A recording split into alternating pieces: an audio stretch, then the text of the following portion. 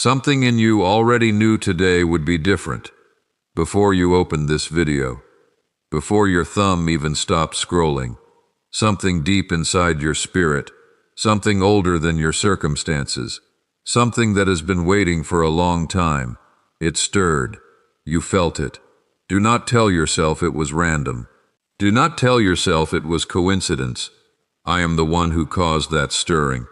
I am the one who slowed your hand down at exactly this moment, on exactly this day, so that you would be sitting right here listening to my voice. My child, I know what drew you here. You saw the words, you saw the promise, you saw the key, and something in you, the part of you that has not stopped hoping, even when everything else told you to stop, that part leaned forward and said, "What if this is real? What if this is actually for me?" I am telling you right now, before we go any further, it is real. And it is for you. There is a key I am placing into your hand today, not a metaphor, not a nice turn of phrase to make you feel good for 20 minutes before you close this video and go back to the same striving, the same waiting, the same silence. A key. An actual key, spiritual in nature but as real and as functional as the one that opens the front door of your house. And this key opens something that has been sealed shut in your life for longer than you want to admit. You saw the words, "Open now," and something in your chest tightened, didn't it? Because you knew there was a door. You have known about that door for a long time. Maybe it is the door to a relationship you have grieved in silence. Maybe it is the door to a dream you buried so deep you almost convinced yourself it was never really yours to begin with. Maybe it is the door to your own healing, your own peace, your own sense that you are not failing at this thing called life. Whatever that door is, my child, hear me. I did not bring you here to talk about the door. I brought you here to open it, now. Not next season, not after one more test, now. Stay with me. Because if you leave before I finish, you will miss the part where I tell you exactly how this key was forged, and exactly what happens the moment you receive it. I want you to understand something about the way I work, because it is going to matter for everything I am about to tell you. I do not scatter my words carelessly across the earth, hoping they land on someone. I send them, precisely, like an arrow released by a hand that has already measured the wind, already calculated the distance, already known the target before the bow was ever drawn back. You are the target today. Not the person watching this 5 minutes from now, not the person who will find this next week. You, right now, in whatever room you are sitting in, whatever weight is on your chest, whatever question has been circling your mind at 3 in the morning, I already knew you would be here. I planned this appointment before you were born. You did not stumble onto this by accident. Somewhere in you, something whispered, "Click on this one," when you scrolled past 100 other things. That whisper was not random. That whisper was me, drawing you toward this exact hour, because I have something to give you that I have been holding, ready, waiting for the moment you were finally still enough to receive it. Declare it with me right now, out loud if you can. Say, "I am ready to receive." Because the posture of receiving is different than the posture of striving, my child, and for years now you have been striving, reaching, grasping, trying to pry open doors with your own strength, your own hands, your own exhausted fingers bleeding from all the times you have clawed at circumstances that would not move no matter how hard you pulled. I am not asking you to pull anymore. I am asking you to receive. Type "Yes, Father" in the comments right now if your spirit is saying yes to that invitation. Do it before you keep watching. Not because I need to see it. I already know your heart before you type a single letter, but because there is power in declaration. There is power in the act of your own hands, typing what your spirit is confessing. The enemy has kept many of my children silent for years, believing quietly but never declaring, and silence has cost them ground they could have taken simply by speaking. Do not let silence cost you today. Type it. Yes, Father. Let heaven see your agreement in ink. Now let me tell you about the key. Long ago, in a wilderness that stretched wider than most men's understanding of loneliness, there was a man named Moses. I want you to see him the way I saw him, not the confident deliverer you may picture from stories told in Sunday classrooms, but a tired man. A man who had run from his own past. A man who had traded the courts of Egypt for the backside of a desert, tending sheep that were not even his own, married into a family that was not his own, living a life that felt like a permanent exile from anything that mattered. 40 years he had been out there. 40 years of ordinary days. 40 years of a life that had gone quiet in the worst way.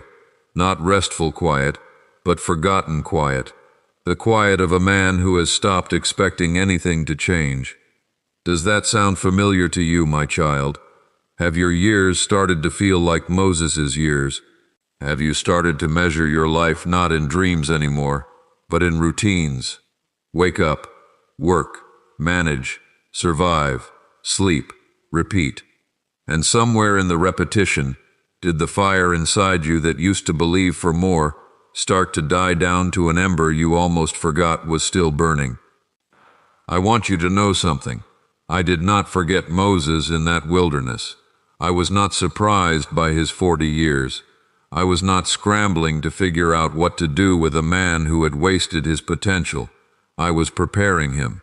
Every single day he spent tending those sheep, learning the terrain of that desert, learning the water sources, learning the paths through the mountains. Every single one of those days was a rehearsal for what he would need to know later, when he would lead an entire nation through that very same wilderness. He did not know it. He could not have known it. From where he stood, it looked like nothing.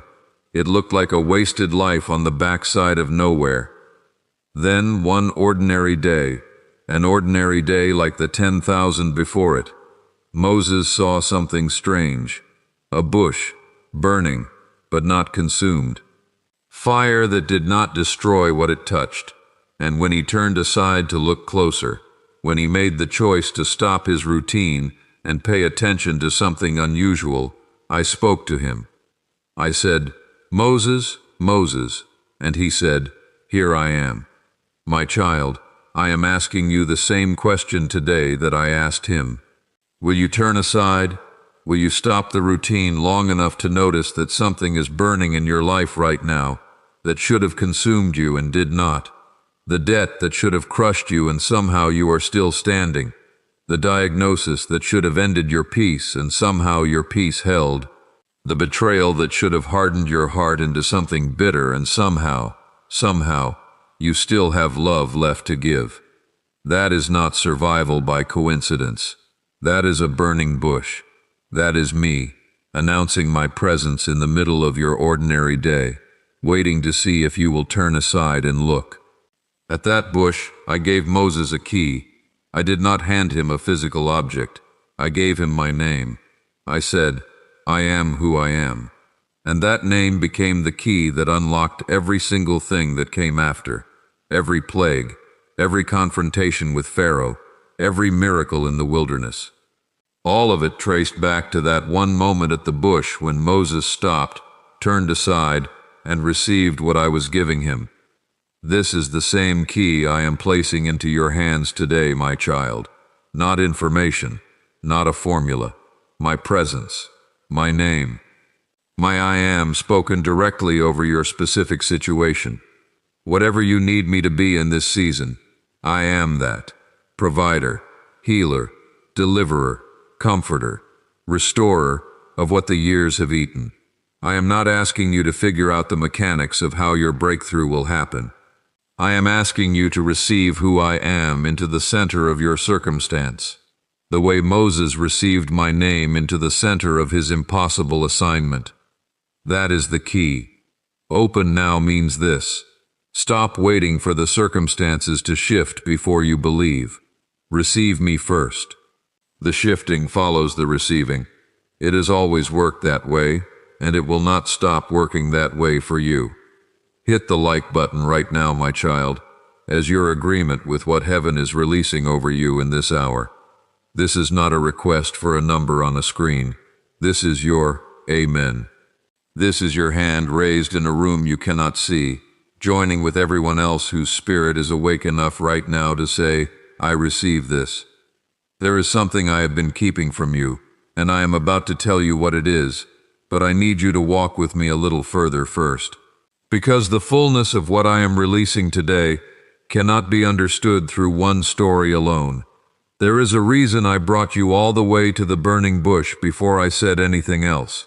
And there is a reason I am about to take you somewhere else entirely, somewhere with water, and a wall of impossibility standing between my people and their promise. Stay with me. Do not leave in these next few minutes. What I am about to show you is going to answer the exact question sitting underneath your doubt right now, the quiet, unspoken question you have not said out loud to anyone. What if I receive this and nothing changes? I am going to answer that question. But first, I want to tell you about Ezekiel. Ezekiel Marsh lives in Fresno, California. For 6 years, Ezekiel carried a grief that most people around him never even knew about, because he had gotten so good at wearing the smile that hid it. His son, his only son, the boy he had raised, coached in Little League, taught to drive on the empty roads outside of town, had walked away from him after a fight that neither of them fully remembers the details of anymore. It started small. An argument about money, about respect, about the way Ezekiel had handled a difficult season after his wife passed. But small arguments, left untended, become canyons. And within a year, his son had stopped answering his calls entirely. Within 2 years, his son had moved across the country. Within 4 years, Ezekiel did not even know what city his own child lived in anymore. He told me, and I heard every word, because I hear every word spoken in the secret room of a parent's grief, that the hardest part was not the silence itself. It was the specific silence around birthdays. Every year on his son's birthday, Ezekiel would sit at his kitchen table with his phone in his hand, drafting a message he never sent, because the last 3 times he had sent one, there had been no reply. Not even an angry reply, just nothing. And nothing, my child, is so much heavier than anger. Anger at least tells you the other person still feels something. Nothing tells you that you have become invisible to the one person you would give your life for. Ezekiel found this ministry 17 days before his breakthrough came. He did not come to it with much faith left. He told me later that he watched that first message with his arms crossed, half expecting nothing, because nothing was the only outcome he had trained himself to expect. But something in him, the same something that is stirring in you right now, made him type a declaration into the comments that night. He did not even fully believe it as he typed it. He typed it because some tired, worn-down part of his spirit decided it had nothing left to lose by trying one more time. For the first 10 of those 17 days, nothing changed on the outside. Ezekiel still did not hear from his son. He still went to bed most nights with the same ache. But something was shifting on the inside of him that he could not explain. A settledness, a peace that did not match his circumstances, a strange confidence that kept surfacing in his prayers even though logic told him it made no sense. On the 17th day, at 6:47 in the evening, Ezekiel's phone rang. Not a text, a call, and when he saw the name on the screen, his hands were shaking so badly he almost could not answer it in time. It was his son's voice, cracking, saying words Ezekiel had given up hoping to ever hear again. "Dad, I've been wanting to call you for months. I didn't know how to start. I'm sorry. Can we talk?" 6 years of silence, broken in a single phone call, 17 days after Ezekiel decided to stop clawing at the door with his own strength, and instead receive what I was offering him. My child, I am not telling you this story to make you feel like your situation is smaller than his, or that your timeline should look exactly like his. I am telling you this story because I want you to understand something about the nature of the key I am placing in your hands right now. It does not require you to fix the other person. It does not require you to have the perfect words. It requires you to receive my presence into the wound and to let me do what only I can do in the space between two hearts that have grown distant. Is there someone you have been aching for the way Ezekiel ached for his son? A child who has gone silent, a parent who shut the door, a friend who walked away without explanation. I want you to hear me say this clearly. The same key that opened that door for Ezekiel Marsh is available to you in this exact moment. Not a different key for a different person. The same one. My presence, entering the space you cannot reach, doing the work you cannot do, on a timeline that is often shorter than you have let yourself believe. Comment the number 222 right now if you are believing for a reunion, a restoration, a reconciliation that feels impossible from where you are sitting. Comment it as a declaration, not a wish. There is a difference, my child, between wishing and declaring, and heaven responds to declarations. Type 222 and let it stand as your marker in time, so that when the breakthrough comes, you will be able to look back at this exact moment and say, "That is when I planted my flag in faith." Now I need to tell you what I have been keeping from you, because I promised I would, and I do not break my promises to my children. Here is what I have been keeping from you. The reason your breakthrough has felt delayed is not because I am withholding it. It is because there has been an enemy working quietly against you in ways you have not fully named. I want to expose this today, plainly, without softening it, because you cannot fight an enemy you refuse to see clearly. The enemy's primary weapon against you has never been a dramatic attack. It has been erosion, slow, patient, quiet erosion of your belief that things can actually change. He does not usually come at you with one devastating blow. He comes at you with 1,000 small discouragements, stacked one on top of another, until you wake up one day and realize you have stopped expecting good things. You have started calling that being realistic. You have started calling your numbness maturity. My child, hear me. That numbness is not maturity. That is a wound the enemy has been quietly inflicting on you for years. And today, in this hour, I am naming it and I am breaking its hold. He has told you that you waited too long, that the door closed while you were distracted with survival, with responsibility, with simply getting through the day. He has told you that other people receive breakthroughs, but you are somehow the exception, somehow overlooked in the great economy of heaven's attention. That is a lie. It has always been a lie. And the proof that it is a lie is standing directly in front of you in the story of a man who spent 40 years in obscurity before I called him by name at a burning bush. 40 years, my child, not 40 days. 40 years. And the calling was not late. It was exactly on time. I want to speak now to the specific shape your doubt has taken, because the enemy is not generic in his attacks. He is specific. He knows your history. He knows your triggers. He knows exactly which memory to bring up at exactly which moment to make you question whether this message is really for you, or whether you are once again hoping for something that will slip through your fingers the way so many other hopes have. Maybe he has reminded you of the last time you believed for something and it did not come the way you expected. Maybe he has whispered that prayer is simply words into a silent room and that people who tell you otherwise are selling something. I understand why that whisper has power over you. I understand the specific disappointments that gave it teeth. But I need you to hear the difference between disappointment and abandonment. You have experienced disappointment. You have never once experienced abandonment. I have been present in every single moment you thought I was silent, working in ways your natural eyes could not perceive, exactly the way I worked in the wilderness years of Moses' obscurity.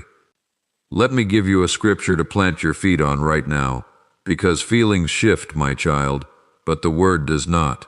Proverbs chapter 3, verses 5 and 6. Trust in the Lord with all your heart, and lean not on your own understanding. In all your ways acknowledge him, and he shall direct your paths. Read that again with me, slower this time.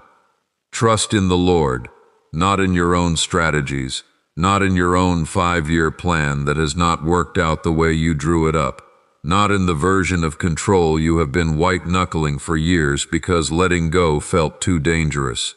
Trust in the Lord with all your heart, not the safe 70% you keep in reserve in case I disappoint you, all of it, and lean not on your own understanding, because your understanding, my child, is limited to what you can see, and what you can see is not the full picture. I see the whole board, you see one square. In all your ways acknowledge me, not just the spiritual feeling moments, not just Sunday mornings, but the Tuesday afternoon at your desk when you do not know what to do next, the argument with your spouse at 10 at night, the moment you are standing in the grocery store aisle doing math in your head that does not add up. Acknowledge me there too, and then the promise, and he shall direct your paths. Not maybe, not if you perform well enough, he shall. It is a certainty, not a possibility. I want you to say this out loud, wherever you are. I trust you, Father, even when I do not understand. Say it even if your voice shakes. Say it even if part of you does not fully believe it yet. Faith is not the absence of doubt, my child. Faith is choosing to speak the truth louder than the doubt. There is more I need to show you, and it involves water. It involves a wall of impossibility that looked, by every natural measure, unmovable. But before I take you there, I want you to sit for a moment in what we have already uncovered, because I do not want you rushing past this. I want it to settle into your bones. You came here because something in you knew today would be different. You have now heard that the key I am placing in your hands is not a technique, not a formula, but my very presence, my I am, entering the specific shape of your specific need. You have heard the story of a man who waited 40 years before I ever spoke to him at a burning bush, and you have heard the story of Ezekiel Marsh, whose 6-year silence broke in 17 days once he stopped clawing at the door with his own strength and let me move instead. I know what is rising in your heart right now. I know the small, cautious hope beginning to lift its head after being buried under years of disappointment. My child, do not push that hope back down. Do not talk yourself out of it the way you have talked yourself out of hope so many times before. Let it rise. I am not going to let it be crushed this time. Stay with me, because what I am about to show you next involves an entire nation standing at the edge of an ocean, with an army behind them and no visible way forward. And what I did there is going to speak directly into the exact wall you are staring at right now, the one you have started to believe cannot be moved. Before that, though, I want to address the enemy's next move, because he has one, and I refuse to let you walk into it unaware. Right about now, right about this point in the message, is when the enemy typically shows up with a specific thought. It sounds something like this. This is a nice message, but it is generic. It was not really written for you. Someone else is going to get their miracle from this video, but not you. I want you to recognize that thought the instant it rises, because it is not a random intrusion. It is a targeted attack designed to disconnect you from what I am doing in this exact hour. The truth is the opposite of what he is whispering. I do not send generic words into the world hoping they accidentally help someone. Every single sentence in this message was assigned to reach specific hearts, and yours is one of them. I knew you would be sitting here at this exact hour before the foundations of the world were laid. Do not let him steal what I am giving you with a lie dressed up as humility. I also want to address something else, because I know it is sitting quietly underneath the surface for some of you listening. Some of you are not primarily wrestling with a relationship or a dream deferred. Some of you are wrestling with your marriage.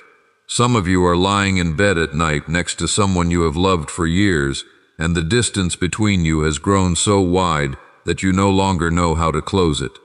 You have started rehearsing what your life would look like on the other side of a divorce you never wanted, because some nights it feels more realistic than believing for restoration. I see you. I see exactly where you are. And I am about to tell you about a woman named Marisol, because her story is going to matter enormously to what I am doing in your marriage right now. But first, walk with me through the water, because you need to see what I did there before you can fully receive what I am about to do in your home. Picture the scene with me. 600,000 men, not counting women and children, an entire nation, recently freed from 400 years of slavery, walking out into a wilderness with nothing but the promise I had given them, and the pillar of cloud by day and fire by night leading them forward. And then, ahead of them, the Red Sea. Behind them, in the distance, dust rising on the horizon, Pharaoh's army, chariots, soldiers, coming to drag them back into bondage or worse. There was no bridge. There was no boat large enough. There was no natural explanation for how an entire nation was going to cross that body of water before the army caught up to them. By every visible measure, they were trapped. Water in front, army behind, no way out. My child, I want you to notice something about that moment, because it matters for you today. The people panicked. They cried out to Moses, and some of them even said it would have been better to die as slaves in Egypt than to die free in the wilderness. Do you hear the tragedy in that statement? They had already convinced themselves that their situation was hopeless, even though I was standing right there with them, even though the same power that had delivered them from Pharaoh's grip through 9 plagues was still fully present and fully able. How many times, my child, have you done the exact same thing? How many times have you looked at the water in front of you and the army behind you and concluded that this must simply be where your story ends? How many times have you said quietly, in your own version of, "It would be easier to go back," that maybe you should just settle for less than what I promised, because the promise looks impossible from where you are standing? I said to Moses, "Why are you crying out to me? Tell the people to move forward." And then I did something that had never been done before, and has never needed to be repeated in exactly that way since. I stretched out my hand over the water, and the sea split. Walls of water standing on the right and on the left, a path of dry ground opening up through the middle of what should have been an impassable barrier, and an entire nation walked through on dry land, while the enemy who pursued them was left behind in the very waters that had once seemed to seal their fate. This is what I meant when I said, "Open now." This is the exact picture behind that phrase. It is not a metaphor about mindset. It is a declaration about my power to open a way through the exact obstacle that everyone around you, maybe even you yourself, has already labeled impossible. The sea did not open gradually over months of negotiation. It opened the moment I stretched out my hand. And what stands between you and your breakthrough right now is not a lack of power on my end. It is the moment of your obedience to move forward, even while the water is still standing. I want you to notice something else about that story, because it is easy to miss. The sea did not part before the people started walking. Some translations, some tellings of the story, make it feel like everyone waited safely on the shore until the water was fully divided and the path fully dry. But I want you to understand what it actually required. It required the front of that line to step toward water that had not yet moved. Faith, my child, is not waiting until the way is fully visible before you take a step. Faith is stepping toward the water because I have told you to move forward, trusting that the parting happens in the process of your obedience, not always before it. Is there an area in your life right now where you have been waiting for the way to become fully clear before you take another step? I am telling you today, move. Move toward the door you have been afraid to walk through. Move toward the conversation you have been avoiding. Move toward the application, the appointment, the difficult decision. The sea does not part for people standing still on the shore, wishing the water would move on its own. It parts for people who take my word seriously enough to walk toward what still looks impossible. I want you to think about what is standing in front of you right now. Is it a wall that looks too thick to break? Is it a situation that has stayed the same for so long that you have forgotten what it feels like to live without the weight of it? Let me tell you about Marisol Vega. Marisol lives in Akron, Ohio. In the winter, the gray skies there can feel like a heavy blanket that refuses to lift. And that is exactly what her life felt like 19 days before her miracle broke through.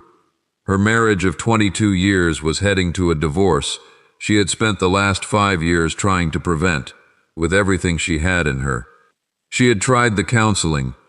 She had tried the quiet conversations late at night. She had tried changing her own behavior, hoping it would spark a change in him, but nothing worked. The distance between them had only grown. They were living like two strangers sharing a hallway, passing each other without looking each other in the eye. The papers were sitting on her kitchen counter, next to the microwave, in a neat manila folder. Her husband had left them there on a Tuesday morning. He didn't shout. He didn't argue. He just said, "I think we both know it's over, Marisol. Just sign them when you're ready." She told me later that she went into her laundry room, closed the door, threw herself onto the pile of dirty clothes on the floor, and cried until her chest felt hollow. She did not pray a beautiful prayer. She did not quote scriptures.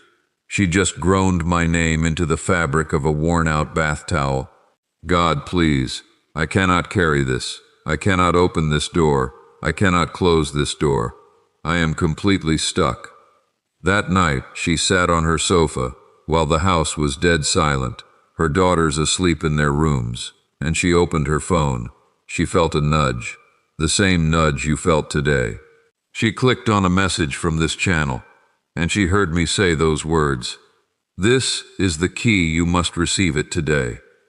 She looked at the screen, saw the thumbnail that said, "Open now," and she realized she had been trying to force a lock that only a key of grace could open.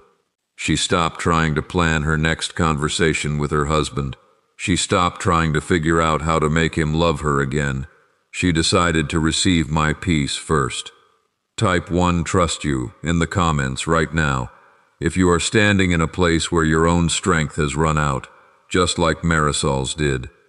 Type it as an act of release. For the first 4 days after she made that choice, things actually seemed to get quieter. Her husband spoke even less. The manila folder sat on the counter, gathering dust, a silent monument to her impending heartbreak, but Marisol did not touch it.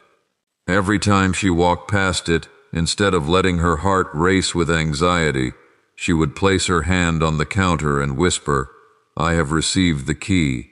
I am resting in the one who holds the door." On the 12th day, her husband did something he had not done in 3 years.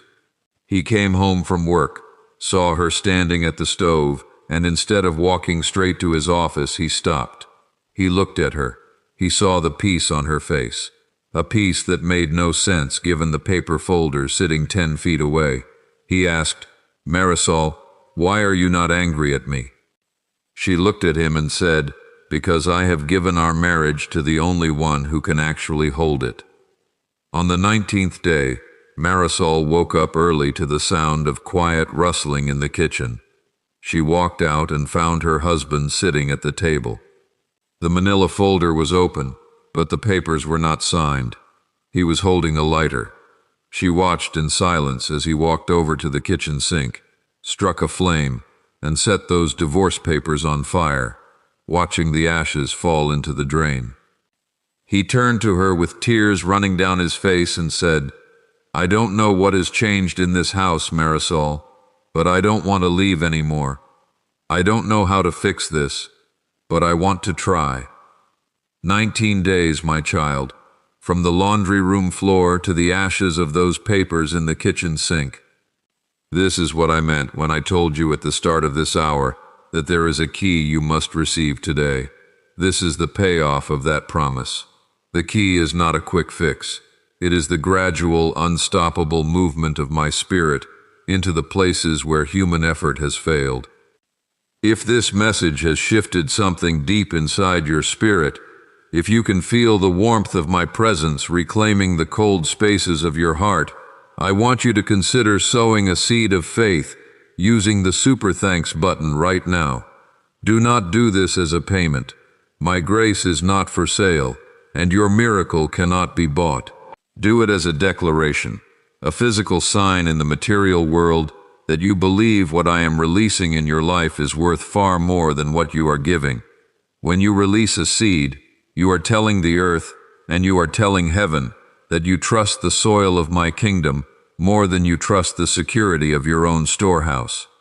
Let me take you back to another wall, because you need to understand how the key works when the obstacle is not water, but stone. In the book of Joshua, chapter 6, my people stood before the city of Jericho. Jericho was a fortress. Its walls were so thick that chariots could race on top of them. The gates were shut tight because of the Israelites. No one went out, and no one came in. By every human standard of warfare, there was no way inside. They did not have siege engines. They did not have giant ladders.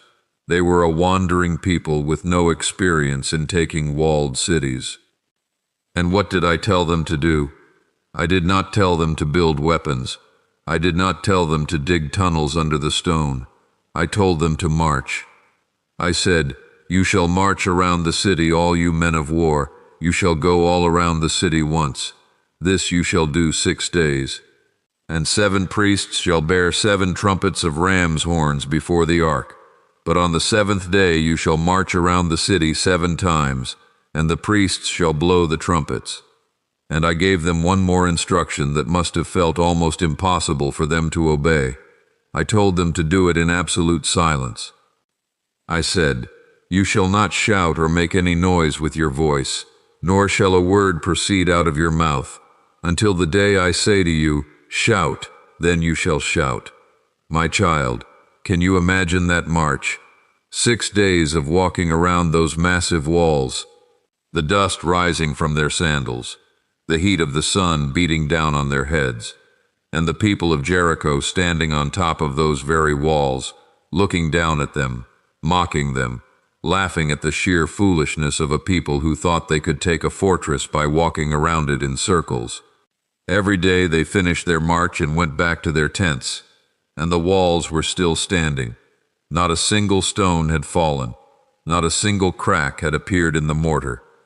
I know you have felt like those marchers. I know you have spent years walking around your own Jericho, doing exactly what you thought I asked you to do, praying the prayers, keeping the faith, staying silent when you wanted to scream, and at the end of every day, you looked up and the wall was still just as high, just as thick, just as unmovable as it was when you started. You have asked me in the quiet of your room, "Lord, why am I still marching? Why has nothing fallen yet?" I want you to hear my answer today, because it is the key to your endurance. The walls did not fall on day 1. They did not fall on day 3. They did not fall on the 6th day. They fell on the 7th day, after the 7th march, when the trumpet sounded and the people shouted. The miracle was not just in the falling of the stone. The miracle was in the obedience of the people who kept marching on day 4 and day 5 and day 6, even when there was absolutely no visible sign that anything they were doing was making a difference. Share this message with one person God puts on your heart right now. Do not hesitate. There is someone in your life who has been marching around their wall until their feet are bleeding, and they are on the very edge of stopping their march on day 6. Right before the 7th day arrives. Be the voice that reminds them to keep walking. Let me give you the scripture anchor that I gave to Joshua before he ever saw those walls come down. Joshua chapter 1, verse 9. Have I not commanded you? Be strong and of good courage. Do not be afraid, nor be dismayed, for the Lord your God is with you wherever you go. Listen to the weight of that word. Have I not commanded you? This is not a suggestion, my child. This is a command from the Creator of the ends of the earth. Be strong, be of good courage. Not because your circumstances are easy, not because the wall looks weak, but because I am with you, wherever you go. In the hospital waiting room, I am there. In the courtroom, I am there. In the kitchen, where the papers are burning, I am there. In the empty bedroom where you are weeping, I am there. Type "Yes, Father" in the comments if you are receiving that courage right now. Let the enemy hear the sound of your strength returning. Now, let me tell you about Fenwick Ortiz. Fenwick lives in Tucson, Arizona. He is a man who spent 30 years building a business with his childhood best friend. They had started in a garage, repairing small engines, and over 3 decades, they had grown it into a company that employed 42 people in their community. They were like brothers. They had stood at each other's weddings. They had buried parents together. But 3 years ago, the enemy found an entry point into his partner's heart through greed and a quiet addiction that no one saw coming. Slowly, systematically, over 18 months, his partner diverted company funds into personal accounts, forged Fenwick's signature on loan documents, and left the business with a debt that was so massive it threatened to destroy everything Fenwick had worked his entire life to build. The day the bank investigators showed up at Fenwick's home was the day his world shattered. His friend of 30 years was gone, vanished across the state line, leaving Fenwick to face the wreckage, the lawsuits, the anger of employees who had lost their pensions, and the very real possibility of losing his own home to satisfy the debt. When Fenwick first reached out in prayer, his heart was not filled with faith. It was filled with a poison that was threatening to consume his physical health. The betrayal was so deep that he could not sleep more than 2 hours a night. His blood pressure had spiked to dangerous levels. Every time he closed his eyes, he saw his friend's face, and the question roared in his mind, "How could you do this to me, after everything we went through?" This is an ongoing story, my child. It is still unfolding as I speak these words to you. Fenwick's business has not been fully restored yet. The legal battles are still going on in a courthouse in Arizona. But 16 days ago, Fenwick made a decision that changed the entire trajectory of his life. He realized that his anger was not hurting his former partner. It was only destroying his own temple. He sat down in his living room, looked out at the dry desert hills, and he said, "Father, I cannot fix this betrayal. I cannot make him pay back what he took. I cannot force the court to understand my innocence. But I am receiving the key of your presence today. I am letting go of my right to destroy myself over what someone else did to me." The very next morning, Fenwick experienced a miracle of peace. His blood pressure, which had been dangerously high for 2 years, dropped back to normal. The physical trembling in his hands stopped. He told me that for the first time since the betrayal happened, he was able to sit at his kitchen table, drink a cup of coffee, and feel a genuine sense of joy in the morning light. And then, the resources began to come from directions he could not have planned. An anonymous donor, someone who had watched Fenwick serve his community for decades, stepped forward and provided the funds to pay the remaining pensions of his former employees, lifting the heaviest portion of the legal threat from his shoulders. The wall is still crumbling, but Fenwick is no longer trapped behind it. He is walking through the dust, and he is standing on dry ground. Someone who sowed a seed of faith last week received a breakthrough just like Fenwick's, a sudden clearing of a legal debt they had been carrying for 5 years. An unexpected phone call from an attorney saying the case had been dismissed without explanation. Your seed is not going to a person or a channel. It is going into the soil of the kingdom, and the kingdom always multiplies what is sown in faith. If you feel that nudge in your spirit right now, do not ignore it. That nudge is me. Use the super thanks button to lay your gift on the altar, and let me show you how I can multiply what you place in my hands. Let me give you another scripture anchor to secure your mind as we begin to look toward the horizon of your new season. 2 Corinthians chapter 5, verse 17. Therefore, if anyone is in Christ, he is a new creation. Old things have passed away. Behold, all things have become new. Old things have passed away. The old betrayal by your business partner, it has passed away. The old silence from your estranged child, it has passed away. The old distance in your marriage, it has passed away. Behold, I am making all things new, not some things, all things. This is the deeper layer of what I promised you when you clicked on this video. You saw the words "open now," and you thought I was going to open a door in your current house. But what I am actually doing is moving you into a completely new house, a house where the old limitations do not apply, because the old version of you, the one who was defined by survival, defined by performance, defined by what you could carry on your own shoulders, that version is dead. You are a new creation today. Comment 222 right now if you are claiming this new identity. Do not let the enemy call you by your old names anymore. Do not let him call you abandoned. Do not let him call you defeated. Do not let him call you not enough. Your name is chosen. Your name is held. Your name is purposed.